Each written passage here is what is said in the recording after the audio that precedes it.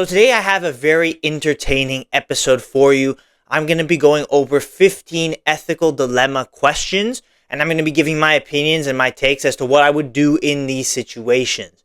So I asked ChatGPT, of course, so it's not going to be perfect, right? It's not going to be perfect. Like some of these questions kind of have a little bit of repetition involved, but I'm going to do my best to kind of explain myself, my perspective from a godly lens, from like using analogies, using things like that to kind of, for you guys as well to kind of know a little bit more about like my character, about who I am. And I think it's just something interesting, something cool, and something that's going to be entertaining for you guys to watch. So I hope it's a good watch. So as always, welcome to the 365 Podcast. My name's Matthew. Let's get into the episode. I make a podcast episode every single day for 365 days. You will be hated for speaking the truth. You definitely have like an X-ray goggles on where you can see someone's aura. A house divided against itself shall not stand. Matthew chapter 12, verse 25. If you want to make something of yourself, forget your political beliefs. Because different believers experience God in different ways, different non-believers need different explanations to see God as real. Things that make you angry suck you in. Satan's plan fails, right? And God's plan prevails. So before I start, I just want to quickly address, I've been having some editing issues with the episodes, so last couple of days, they've been kind of a little bit sloppy, so again, I apologize for that. I've had some weird things with my phone camera because I record these episodes on my phone. Eventually in the future, I'm going to get a proper camera once I sort out all the techie stuff, and my laptop is broken. I'm still waiting for it to be fixed. So you'll see the quality get better, but I think as for now, there will still be some issues here and there with the editing. That's why I had to take the green screen down for a little bit because the green screen just kind of would make it worse sometimes. So again, I apologize for that, but I still hope you enjoy it regardless, even if this video gets messed up in some way. I hope it doesn't. I'm going to do my best to make sure it doesn't, but even if it does, I hope you enjoy it regardless. So, now that I've gotten that technical thing out the way, let's get into the main meat and bones of this episode, the 15 ethical questions and the ethical dilemmas. What do I think? So here's the first question. If you could save 5 people by sacrificing one, would you? So this is the age-old kind of train question, right? Where a train's about to go and it's going to kill 5 people strapped to the track. Do you pull the lever and make it change course, but one person is on the other track and you make it change course and it goes and kills that one person? This is the ethical dilemma, right? It's the age-old question. I think what I would do is I just wouldn't get involved. And the reason why is this. Yes, 5 lives are more valuable than 1 life, but getting involved means that now your hands are dirty. The train was already going to kill those 5 people, and you're going to let it happen. But if you pull the lever, you have now made an action, and that action has now shifted the train's direction. So you have murdered that one person because of your action, whereas the 5 people were going to die anyway. So it's not necessarily your fault. That's my perspective, and I think to me it makes sense. Obviously, other people can say different things. It's of course, I'm not gonna be here hating. Obviously, 5 people is of course more valuable than 1 person. Obviously, but I think this idea, the idea that you're getting yourself involved in the situation to purposefully move it in the direction of that one person, it makes you a murderer in comparison to if those 5 people were gonna die anyway, right? With the current direction the train was going. Now, if it's something different to the train, because I'm just using it as an example, but in theory, the question is not exactly like that. I think it still applies, and that's why the metaphor of the train on the train tracks, and the people dying to the getting run over by the train tied to the train tracks. That's why I think that metaphor makes sense. That is what I would do personally. I would not get involved with the situation. The situation is going to happen anyway. It's unfortunate, but me getting involved is now me playing God. It's now me having a hand in it, and it's essentially me choosing to kill a person. Whereas those guys are the guys that the train was already going to hit. Those guys that were going to die were going to die anyway. So that's my perspective. I think that makes sense. But of course, if you disagree, let me know. As with all the other questions I'm going to be addressing in this video, if you disagree with them, with my perspective, let me know. Again, it's just my opinion, it's my perspective. You don't need to destroy me for it. But if you want to, go ahead, right? I'm here. I'll talk. I'll debate. No problem, man. So here's the second question. Would you lie to protect a friend, even if it harms someone else? For me, the answer is, it's simple. It's it depends. It depends on the situation, right? It depends on what's happening to my friend, who the other person is. If I'm making an example, I don't know. It's if a crocodile is like, well, no, okay, actually, okay, I don't know why I thought about crocodile. If a car is running over, you have like, your friend is walking across the street, like, again, listening to music, and like they're not paying attention. The guy driving the car is like on his phone or something, and there's a guy walking next to him doing the same thing. You don't know the guy walking next to him. I think it makes sense to say that you're going to jump to save your friend, to try and, like, you can only choose one. Then the other guy that you couldn't save or you didn't save gets hit by the car, whereas your friend would have gotten hit by the car if you didn't get involved, right? I think we have this connection to the people around us, and there will be a few other questions comparing like family to strangers and friends to strangers. Like, it truly depends on the situation. I think for the most part, absolutely, I'd save my friend. But like, if saving your friend like kills someone else, then you're kind of, okay, you're kind of becoming a murderer, right? And it goes back to the same type of thing. So, but I think because like we as humans, we have this innate psychological attachment to people, right? Obviously, like we love our friends, we appreciate our friends. And the best type of friendship is being able to sacrifice yourself for them. But if you're sacrificing a different person completely for them, again, that's why it gets a little iffy. That's why it's a little bit of an ethical question. But I'd say that I would definitely, like, in majority of cases, I would save my friend. But like, it's unfortunate that the other person has to fall. But if it's like one or the other, like, I would always, for sure, choose to save my friend in that type of a situation. Versus like not doing anything and my friend dies, but then the other guy or my friend gets hurt, or the other guy doesn't, right? Like the other stranger that I don't know, right? Because it doesn't specify. The question is just someone else. Like, if I know the other person, then it gets even more difficult, right? So I think that's what I would do. It depends on the situation. Not all situations are equal, obviously, but I would think that in most cases I would save my friend, even if it does mean something happens to someone else, especially if I don't know the other person. Question 3. Is it ever okay to break the law for a moral reason? This is a super easy answer. Yes, obviously. Human laws, the world laws, are not scripture. They're not like the set of godly principles to live your life by. I'll give you a very simple example. You're doing 80 and a 40. Just because it's a normal day, you're doing 80. You're driving 80 kilometers an hour in a 40 zone. Cop pulls you over, so you pull over and you get a ticket. You probably lose demerit points on your license because you're breaking the law. That's a law. That's a rule. That's a custom, and you're breaking it. You're going against it, and you got caught doing it. But if you're doing 80 and a 40 because your wife is pregnant and you have to get to the hospital as quickly as possible, or you're doing 80 and a 40 because someone around you is in danger and they called you in like a moment of terror and fear and you're trying to get there to save them, then kind of all those rules go out the window. The cop's going to try and pull you over and you're going to not stop because you're trying to save your friend. And then when the moment happens, most likely you're going to get let off because of the extremity of the situation. So that situation kind of proves that like the laws that we abide by in like government laws type of thing, it's not a moral code. There are many things that of course are aligned with moral code, but there are also a lot of stupid laws that you can break and you'll probably get away with it, right? You can kill someone if it's in self-defense, right? If someone breaks into your house, you can shoot them, right? Like that's, but like you're still a murderer. Like, morally, you're still a murderer because you killed the person, but it's in self-defense. So the human law won't hold you to it. And I think that's fair. But I think from like a religious, spiritual perspective, yes, you're still killing a person. Again, it's for self-defense. It's so that he doesn't harm your family. But at the end of the day, you're still murdering a person. So laws are not scripture. Laws are not like the exact guidelines of everything. There are situations where breaking the law absolutely makes sense. And I've just given like a couple of examples.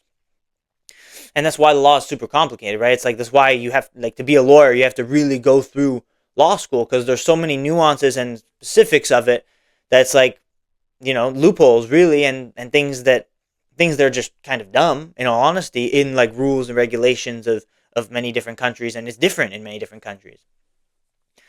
Like maybe you might be doing something in another country that's legal. Like, for example, in America, it's drinking age is 21, but But in Europe, I believe it's 19, or it's even 18 in some countries, I think. So if someone like who lives in Europe is 18, drinks in Europe, parties in Europe, goes to America and does the same thing, like, and they got caught, like, they're gonna get arrested in America, whereas what they do in their country is perfectly normal. It's because like countries have different laws and different rules, and it's like, sure, you got to respect that, but to say that like, oh, it's not okay to break the law for a moral reason, absolutely not. Like, the laws are not definite, like, they are not finite, and they change country to country, and I think the law, of course, that makes the most sense is the rules of Scripture and the rules of the Bible. And it's like some laws kind of abide by that, but a lot of them really don't. A lot of them are just kind of dumb. So there are absolutely 100%, without a shadow of a doubt, many reasons why, like many reasons why it's okay to break the laws in specific situations for moral reasons. Again, I gave a few examples, and it's like obviously I think that makes sense to a lot of people. Like a lot of people are kind of scared. A lot of people are kind of scared of the law, scared of the government. But it's like, in an extreme case, you're going to kind of do everything you can. And if that means like to save that person that's in danger, right? If that means breaking the law, if that means like having to freaking like make a left on a red light or something like that, right? Then you're gonna have to, right? Like, you're gonna do what you need to do to save the person's life. And when we humans are in that flight or fight mode, because like something crazy is happening and something crazy extreme is happening, all laws and all things go out the window to try and save that person, or to try and whatever the situation is, right? To try and get your wife to the hospital on time, right? So the question, again, I kind of ranted, but is it ever okay to break the law for a moral reason? The answer is yes. There are many moral reasons why you should actually break the law, and it's actually probably at times preferred.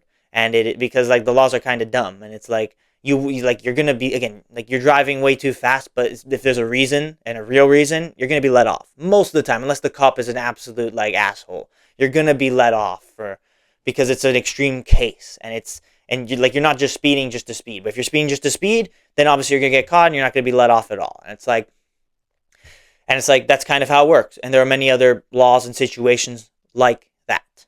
So I think the answer to that question is absolutely, without a shadow of a doubt, yes. Should doctors ever hide the full truth from patients to protect them? I think hiding the truth from the patients doesn't serve them. Even if the truth is very daunting, even if they only have a few days left to live, even if like a person in their family has died, or the person in their family only has a few days left to live, or some disease or something that's going to affect them the rest of their life, it doesn't serve them to hide it from them, I think. To hide it from them means like you're kind of like telling them a lie, basically. And I mean, that's exactly it, right? Should doctors hide the full truth? No, you should. As doctors, I believe it's very important to tell the full truth, no matter how daunting and bad and detrimental it may be, like deaths in the family, or like, again, like you have something that's going to affect you the rest of your life. It sucks, and no one ever wants to hear that news. But I think it gives you more peace to at least know, and you can start to rationalize in your head and accept it, and you can start to be on the process of accepting that this is how it is in an easier way if the full truth is just revealed to you right away, rather than the doctors hiding things, lying, extrapolating, or exaggerating things to make it seem less bad than it is. Then when like it's just kind of keeping you in like a false sense of security, and then when push comes to shove and things get actually like really bad, or if the truth was hidden but then eventually the full truth comes out, that's even more detrimental, and it hits you even harder, and it's gonna hurt the patient even more, I think. So it doesn't benefit them at all. It doesn't serve them at all to hide it from them, even if it's horrible and even if it's bad news. It serves them more for them to at least know, and they can have the peace of mind that they at least know what the real full truth is, versus only knowing bits and pieces or not knowing anything at all. And again, like, that's an even bigger thing. Like, if it comes out later, then there's probably just going to be an even more extreme sense of just depression and dismay and whatever might happen as a result of the situation, right? So to answer the question, it makes sense. The doctors should not hide the truth from their patients to protect them. There's nothing you're protecting them from. As a doctor, you can only do your best, right? And it's like the only thing you should be telling your patient is, like, you have a serious risk of dying, but we're going to do our best to try and save you. But this is what the risk is. This is like the real raw thing that's happening. We're going to do our best. But if we don't, I'm sorry, but like we're trying our best, and it's a very serious disease, serious case, whatever it may be, serious injury. But I think it gives peace of mind to know the full truth of everything. The last thing you want is for things to be hidden, and then like for the doctors to give, I don't know, for like you're like someone you know and love being in like a surgery, and the doctor's coming out to you saying, yeah, it's gonna be okay, don't worry about it, and then the person ends up passing away because they couldn't save him because it was more serious than they made it seem. That just makes you feel even worse as the person just, waiting on the outside, and you've lost your family member, and it's like it can make you feel bitter, and it can make you feel lied to because you kind of were. So I think it leads to all of these problems, hiding the truth from patients and from people in general. As doctors, I think it is absolutely your duty to tell people the full, real, raw truth of everything that's happening so that they can at least have that peace of mind. I think it serves them way more to know fully rather than only know bits and pieces or not know anything at all. I think truly that makes the most sense. If you found a large amount of money with no clear owner, would you keep it? So this question kind of, you have to ask the question, like, what's a large amount of money, right? And it's like, if that number is millions of dollars, like, well, then how would you find millions of dollars and you don't know who owns the money, right? So it gets complicated. It's like, it's a hypothetical situation, but it's like very unrealistic. So let's say, like, I don't know, some rich guy like drops his wallet, let's say, and it's like you can't really find a way to give it back to him. In his wallet, there's probably $1,000 cash and probably a couple cars that have a lot of money on it, right? Like, I think it makes sense that obviously you wouldn't, you even if you couldn't find the owner of the wallet, you wouldn't like use it. You wouldn't abuse it. At most, you'd probably take the 1,000 and like use the 1,000. But if it's like if a person that's rich and drops the wallet, you're not gonna like use the cards. First of all, they're gonna be smart and they're gonna cancel them anyway. But even if for some reason they didn't, I think that's like, I wouldn't do that. And if somehow like I don't know how else you would find like $1 million or something like that, like, and you've changed your life and somehow you can't find the owner of the $1 million. But I think like if there was some crazy extreme case where something like that happened, I think like I have to be honest with myself and say like, yeah, I would use it, right? Like I would, like I'm not going to be lying to you that I would use, like if somehow that happened and it's like, let's say it's implied that you tried everything you can to figure out who the money belongs to and you couldn't figure it out. So then you're just kind of left with it. Then like I'd say it's fine to go and do what you need to do, right? Like use it for whatever you need to use it for, whether it's $1,000 or whether it is like for some reason somehow like a life-changing fortune. Again, what it says a large amount of money. Again, that's subjective what a large amount of money is. But let's say like it's a life-changing fortune and you really did try your best to figure out who it belonged to, right? You lost like I don't know, like usually the cards, and usually if there's a wallet you would see someone's ID. So that's like, that's a given that you would know who this person is, and I'm sure there'd be a way to contact them. But if it's just like a hypothetical thing where somehow I'm trying to think of a way where this would make any like logical sense. You just had like $1 million in your bank account, right? Or like you stumbled upon, I don't know, let's say I don't know. I actually have like no idea. You found like a chest in your backyard that had $1 million in it, let's say, because like someone buried it years ago. I don't know. Or you found it in the park, let's say. That makes more sense, right? It's a very hard situation to kind of come up with a hypothetical metaphor, because it's something like that amount of money is not just going to find its way into your account or into your hands, right? Again, at most you're saying like $1,000. But if that happened, I think you gave it your all, and if it's like 1,000, it's a similar type of thing, you would definitely, like, I think it makes sense to just go and spend it on like, making yourself have a good life, pay off your debts, pay off your house, do whatever you need to do with the money that you got. Put it into investments, invest it for the future, use it to enjoy yourself, use it to retire, or like go to school and change careers if you don't like the way you work. Like do whatever you need to do, right, with that money if you have that much money. I think if it's like the guy drops a wallet type of thing, maybe it's not that bad that you would just take the 1,000 in cash out of the wallet and then you would use that but like keep the cards and all the stuff intact. I think that makes sense. But I think what's more noble, of course, is to leave everything as is. But again, this hypothetical is kind of implied that you can't figure out who owns it, right? So if someone drops the wallet, most likely you'll know who it is, who owns it, right? But if if it isn't, like if you don't know, if some crazy thing happens where that happens, and you tried your best and you couldn't figure out whose it was, then I think at that point it's fair game. I think there is some like sort of rule, like maybe it's like 20 days, 30-day rule. Like if no one comes and claims it, it's yours basically. And it's like, okay, I mean, like, it's very subjective, but I think it makes sense. And I think if you wait that long and you really do try and you do everything you can, like I don't know, like go to like places and post something on social media or something like that. I don't know, whatever you can do, whatever you can figure out to do to try and figure out whose money it is. If you can't figure it out and you truly tried your best and like a month has passed, I think like it's absolutely fair to just go full guns blazing, do whatever you want with the money. I think that makes sense. Now, if you just if the guy drops his wallet and the first thing you do is take the money out and then spend it on some lavish thing, and you try to like use their cards for something, some get declined, some allow you to pay for like big things and big shopping spree or whatever, then it's like, obviously I think that is morally wrong. I think like you have to at least try to figure out whose it is and whose money it is. But if you can't, and if you literally did everything, I think, it's fair game. That's my opinion. Should people be forgiven for serious crimes if they truly change? Now, the Christian message, what Jesus Christ himself talks about is yes, like without a shadow of a doubt. Forgiveness 70 times 7, right? Like Peter asked Jesus, how often should we forgive someone who trespasses against us?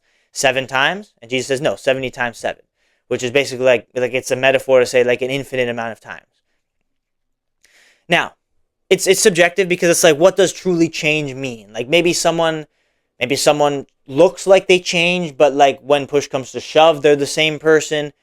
You don't really know. You can't really know that. But I think the Christian message and what really like makes sense is to forgive someone, like no matter how bad the crime is, because God forgives us no matter how bad our crimes are and how bad our sins are against him. Like, and I think that's like the whole point of jail. Like if someone's committed a serious crime, like they go to jail or they go to solitary confinement because they committed it because they're crazy, right? And the whole point of jail, and unfortunately it's not really the case, but it's supposed to be like a rehabilitation. It is supposed to be like some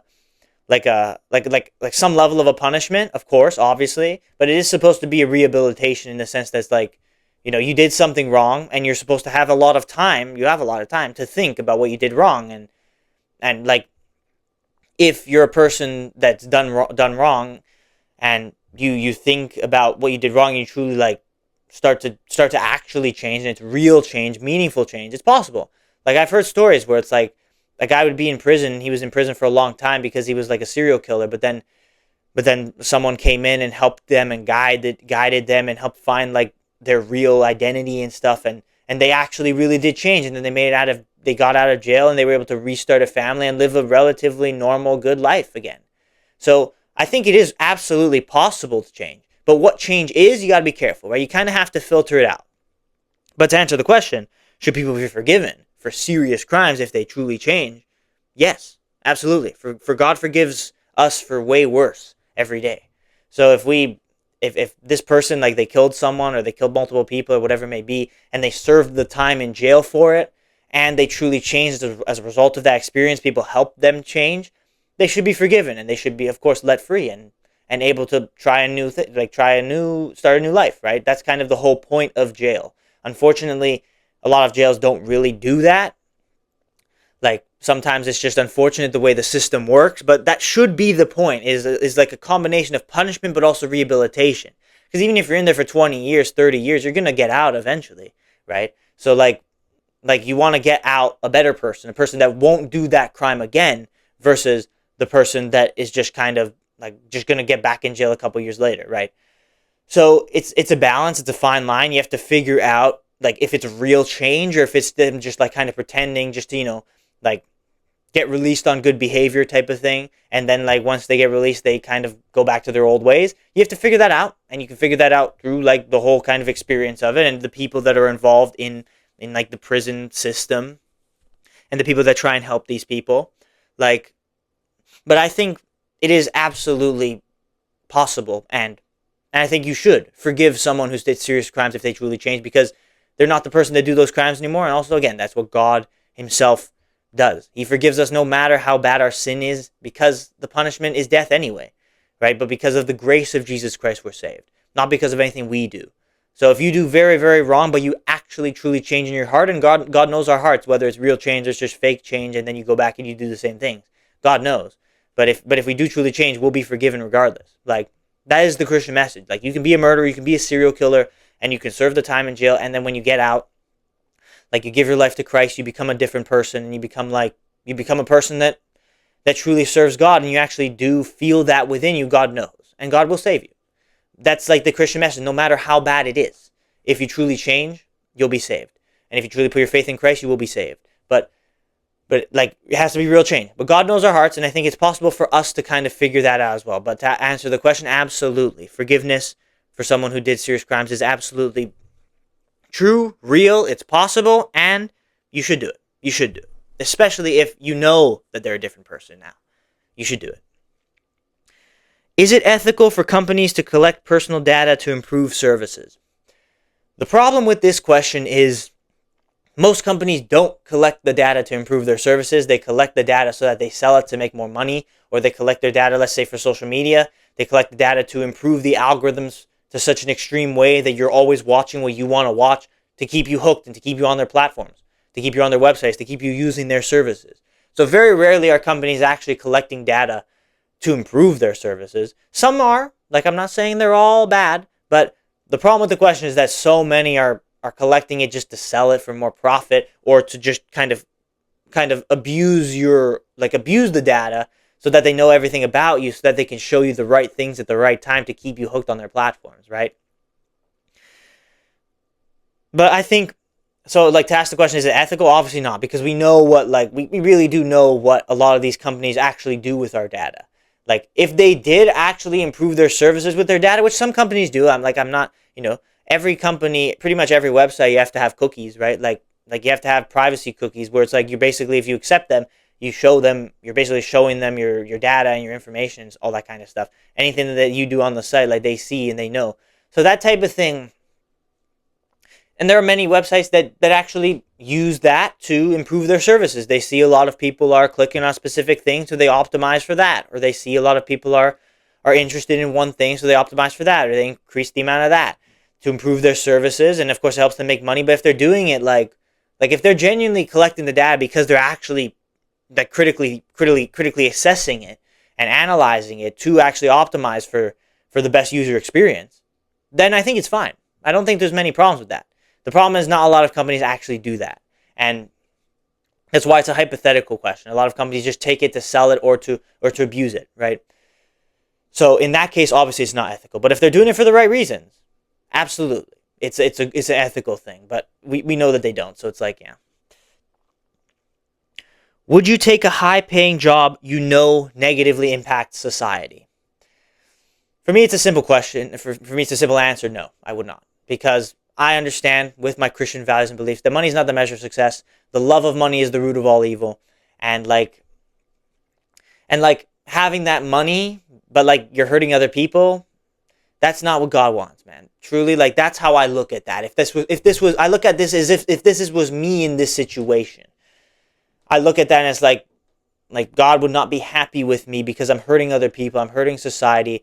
And I'm just working a job that it makes me money and it's only benefiting me, and I'm not doing it to help others. And that is obviously, I think that is obviously, that wouldn't sit well with me. That wouldn't be anything that I'd be fulfilled by. I know that basically is a fact, because I've kind of had a level of an experience a little bit like that. Not like impacting society in a bad way, right? But like seeing how like some things that I would do impacts other people, and that leads me to not wanting to work that job anymore, so I cut it off quickly. That has happened to me in the past, and it's like, and it's like, through that experience, I can kind of extrapolate and say, yeah, if it was something worse that impacted people on a worse metric, but like it made me personal gain in money, I know I don't really care about it. So it's like, it would only make me feel like crap, and of course I'm going against my God by hurting other people and by hurting the world in general with what I do. So you would take less money, but you know that you're helping people in a greater way. I think that is really the essence of what I'm talking about here. So I would absolutely not take a high-paying job. if I knew it negatively impacted society. And it's also implied that you have to know that it negatively impacts. Some things are subjective, right? It's like if you're doing a job, like you're a miner, or you're like your oil driller, but it's like it impacts the environment. Does it really impact the environment, or is it just the liberals complaining, right? That's subjective. But there are definitely things that you could do that like that they hurt the world, they hurt society in some way.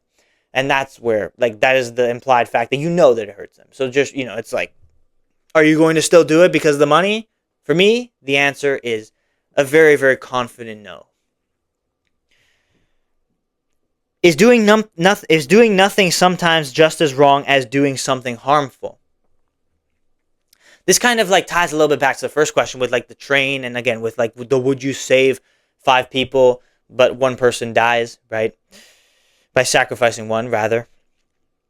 It kind of is the same thing. Is doing nothing sometimes just as wrong as doing something harmful? Like, I have to kind of be consistent with what I'm saying here.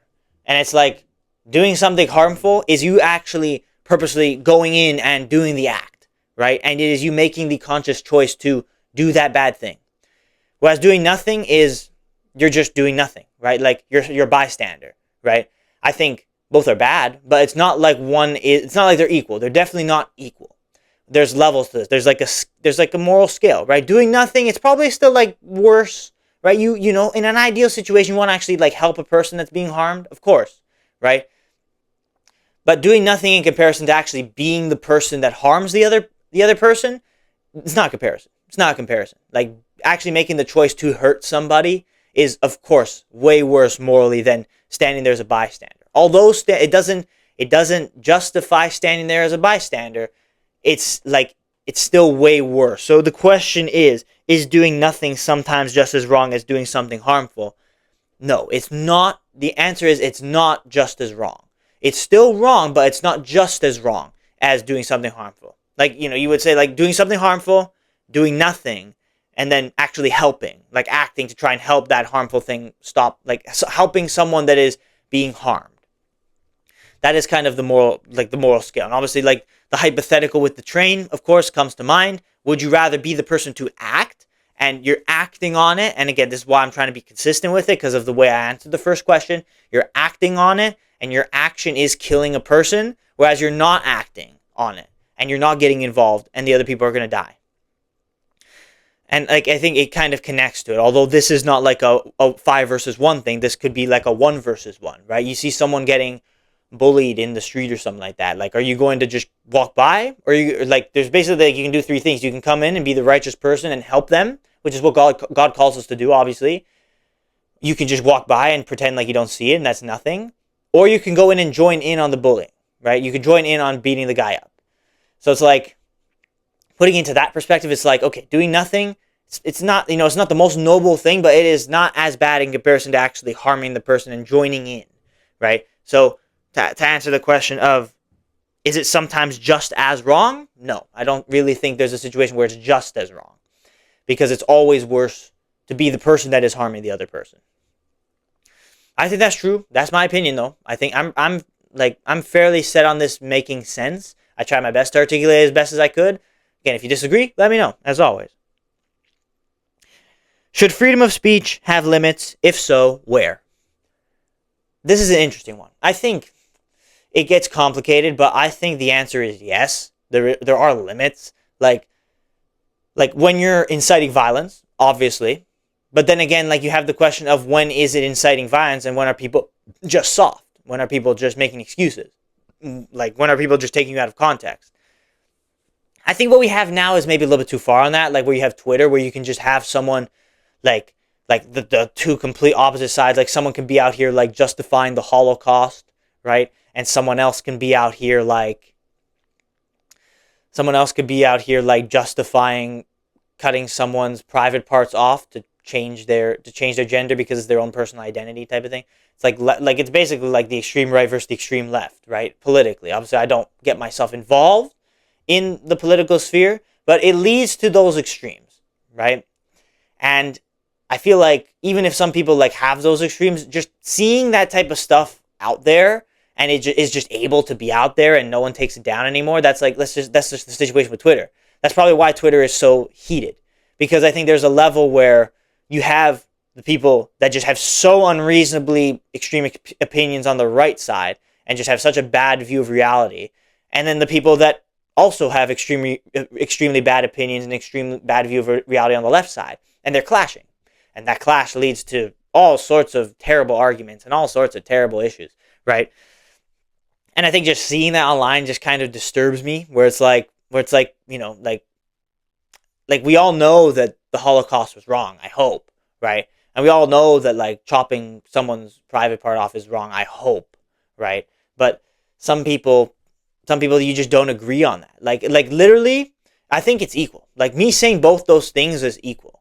Like there will be a contingent of people that would violently disagree with me on the Holocaust thing, and there are a contingent of people that would violently disagree with me on the chopping private parts off, let's say. To keep it family friendly. I'll stop mentioning that, obviously. But the point is, it's like, you kind of take it to two extremes, and it's like, yes, like inciting violence, purposely saying that like you want to kill someone, that someone wants to die. You're using words, it's freedom of speech. But like it's definitely way too extreme, and I think the extremities of it all, it's like you need a balance. Like you don't want to be canceled just for saying like Andrew Tate's name, for example, like that. For an example, just an example, like we're like in England, like they put a ban on schools just because you were saying his name, which is just like, to me, that's unreasonable. Like I think like you should be able to express your opinion on things, but like when your opinion is like clearly morally wrong, and like most people, like 95% of people can collectively agree it's morally wrong, and like you should be chastised for it. I think so. And I think freedom of speech also comes with punishment, right? It's like you have the freedom to say what you want, but there is a free punishment as well. Like there's a punishment as well. There's a consequence to your actions. And I think if you take it too far in that regard, you incite violence. Sure, you're using freedom of speech, but you have to probably be restrained because people don't want to obviously risk that violence actually happening, right? So it's a tough line. It's a tough line to walk. I think right now, I think we're a little bit too far, but a few years ago, we were not far enough, I think. A few years ago, people would get canceled for literally nothing. But now, I think everyone can just say whatever the hell they want. It's just an absolute catastrophe where it's just, I was going to say a swear word, but it's like, I'll calm down, keep it family friendly, right? So to navigate that line, I would answer this question by saying that there is a limit, there is a line, and I think we need to kind of lower it a bit. But where that line is, it's very hard to kind of come to a direct conclusion. I can say, well, it's not. Like, the line needed to be farther pushed a few years ago, and during COVID especially, where everyone was getting censored left, right, and center. But the line now, I think, needs to be pushed a little bit further back, right? So where it exactly is, it's kind of all subjective. It really is. But like, it's like, I don't know. I don't know. But I think to say that now we kind of are a little bit too far, I think that's a fair assessment. Would you expose a close friend for committing a crime? This is also like very similar to the would you lie to protect a friend, right, type of thing, even if it harms someone else. For me, it depends on the crime, right? Like if I know that my friend like killed someone, I probably would not lie. Like I would not lie. I would tell the truth about it because that's daunting. That's bad. But if the crime was something like very minuscule, or if I wasn't really sure about it, I would not like testify for, or I would testify for him rather than against him. Especially if I'm not sure. Like if I know for a fact that like he killed someone, then like I'm definitely not going to lie about it, right? But if I don't know, and if there are many things about like whatever story, like say like my friend gets into some crazy court case drama, whatever it may be, and I have to get called up to testify, I would give a positive testimony for my friend because I don't know the full situation, and like even if he did something, like he's still my friend, I wouldn't rat him out for it. But if it's something truly bad, and I know for a fact that he was involved in something very, very daunting, I think I would. I think I wouldn't, or well, to answer the question, I would expose a close friend for committing a crime. Would I expose a close friend for committing a crime? Like, if it's very bad, the answer is yes. But if it's something that's not so bad, or I'm not sure if they actually did it, then no. The answer is no, right? it does depend on the situation. But like there are levels. It's like, you like I don't want to be a snitch, I don't want to be a rat, obviously, but it's like at the same time, it's like, if you killed someone, I know you did it, like I'm not going to I'm not going to keep that under wraps. Like I'm not going to lie to people because I know what happened, I know the truth. If I don't know the truth, or if it's a bit iffy, it's a bit blurry, then I would absolutely side with my friend no matter what, right? That I think is how I will go about some situation like that. Is it acceptable to prioritize family over strangers in every situation? So this is an interesting one. I think, like, on the surface value, what I would say is yes. Like, obviously, because your family is close to you, they mean more to you, you love them. But in every situation, like, like if I don't know, some family member, like someone I truly love and care about, like they like hurt someone, let's say in a bad way, they beat someone up on the street, and then like some stranger that was watching it happen came and told me that they beat someone else up on the street, and there was enough evidence to prove it, right? Then of course I would, like, you'd side with the stranger because that's the truth, right? You would side with the truth. And it's like, if it's like, if I don't think anyone around me would ever do that. So it's like, that's a good thing. But it's like, we're just talking hypotheticals here. Because again, it's ethical dilemmas. This is the type of rabbit hole we're going down, of course.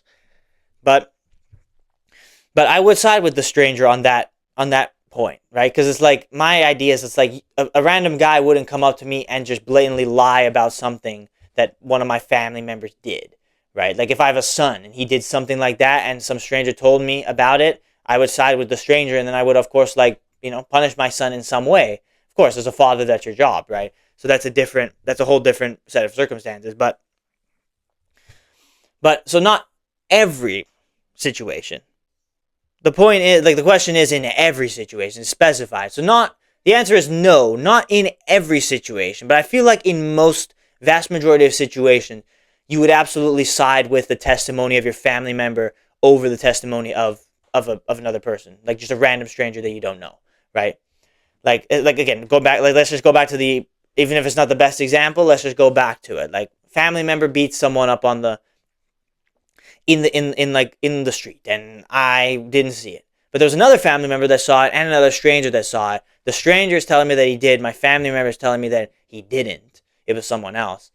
Then I would side with the family member because I don't know, right? Like, I don't know. I wasn't there. I didn't see it happen.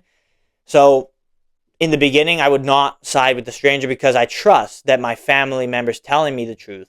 And in this situation, this hypothetical situation, he's lying to me. So ideally, I find the truth at some point in the future, right? But in that moment, I would side with the family member because it's this innate trust. I don't know this stranger. He could just have an ulterior motive for some reason. And like, again, going back to the point I made earlier, it's like you wouldn't say it if you didn't see it. But at the same time, like, in this case, I now have another family member that I trust telling me the opposite. So I would side with that over the stranger. Again, ideally in the future, you find the actual truth of the matter. But to say that every single time you side with the family member, I think no. There are definitely cases where a stranger is testifying and he's telling you something that he wouldn't tell you if it didn't happen, right? And that is where you would side with the stranger. But for the vast majority of cases, you would absolutely side with the family member with this innate sense of trust, like the implied fact that you trust this person, you love this person, and their family, so they wouldn't be lying to you, right? It's implied, but unfortunately in the world, that's not always the case. But just from a purely like psychological, hypothetical perspective, it's like, yeah, it makes sense that you would side with your family in these types of situations because you trust them. And stranger you can't trust, really. Like, no matter where the intentions actually are and the truth of the matter actually is, you would still side with your family in the majority of cases. Should animals be used for testing if it leads to saving human lives? I'm going to make people mad, but like, absolutely, of course, right? Like, it shouldn't even be a debate, but it is, because that's kind of the world we live in. You have people on either side of the aisle, but it shouldn't even be a debate. Like, so many advancements in medicine and so many medical advancements, psychological advancements have been through testing these things on animals.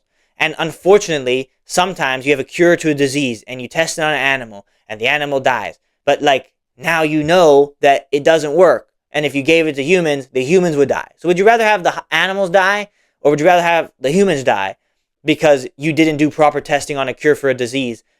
Like the only way you can really properly test it is by giving it to someone or something to see if it works or if it doesn't work. And if the animal dies to it, now you know, and you now improve it and change it and modify so that it doesn't hurt actual people. And when you can put it into, like, you can put it into the medical environment, you can have hospitals and pharmacies sell a drug or sell a cure to something, right? Give patients cures to things. You know with full 100% like guarantee that it is not going to do anything harmful. And that is where you have to go. And the only real way you do that is by testing on animals. It's unfortunate. But again, would you rather have the animal die on the test, or would you rather test it on humans? And would you rather have a product, an advancement that is not ready, tested on humans? And I'm sure that's also happened. But the question's about the animals. So I'm going to talk about the animals. Like, it makes sense. It makes sense. And I think, yes, they should, because it's saving human lives. And the question is specifically if it's saving human lives, right? Unfortunately, there are some things where they're not saving human lives, and it's like, okay, it's fine. But it's like there are some things that's not saving human lives, and that happens. But I think sometimes you have to go through that to get to the point where you can find a cure that saves human lives, and you can find an advancement that does it. Like for psychology, for example. So many tests are made on rats, on monkeys, lab animals, because they have similar traits to humans, and you can have important insights, and you can draw important insights as to the way the humans behave because of testing on animals. Now, in this situation, you're not killing them. In other situations, you are. But I think, to answer that question, like, you're not going to test these things on humans. You're not going to make a human your lab rat. And it's like, sometimes we do, and I think that's worse. I think, can we not all agree that you'd rather an animal die for the life of a human than a human die for another life of a human? Like, if you had to choose one or the other, I think it makes sense. It's implied, I think it just makes sense. So I'm going to end it there. If you could guarantee your own success, but it meant someone else would fail, would you accept it? Now, again, this is also like very subjective. Like, what's the definition of success? What's the definition of failure? But let's just say, like, for the point of this question, like, success is like, oh, I'm rich and I have a mansion and I have this success, but like financial success. And then like a person has to be homeless and poor and beg for money because of something I did so that I'd have success and they fail, right? Let's just say that's the hypothetical. And I think, obviously it depends, but I would probably lean towards no, again, to be consistent with previous reasonings. The fact that it's like, I know like money and financial success is not what makes a difference. Like, I would be there in a mansion with all my money and like thinking about the person whose life I messed up because of my journey to get there, and I'd be hurting. I'd be hurting because I think God doesn't want us to be hurting other people. He wants us to love people. And I think if you had the choice, you're successful, but like someone is a failure and someone has to waste their life because just for your own personal gain.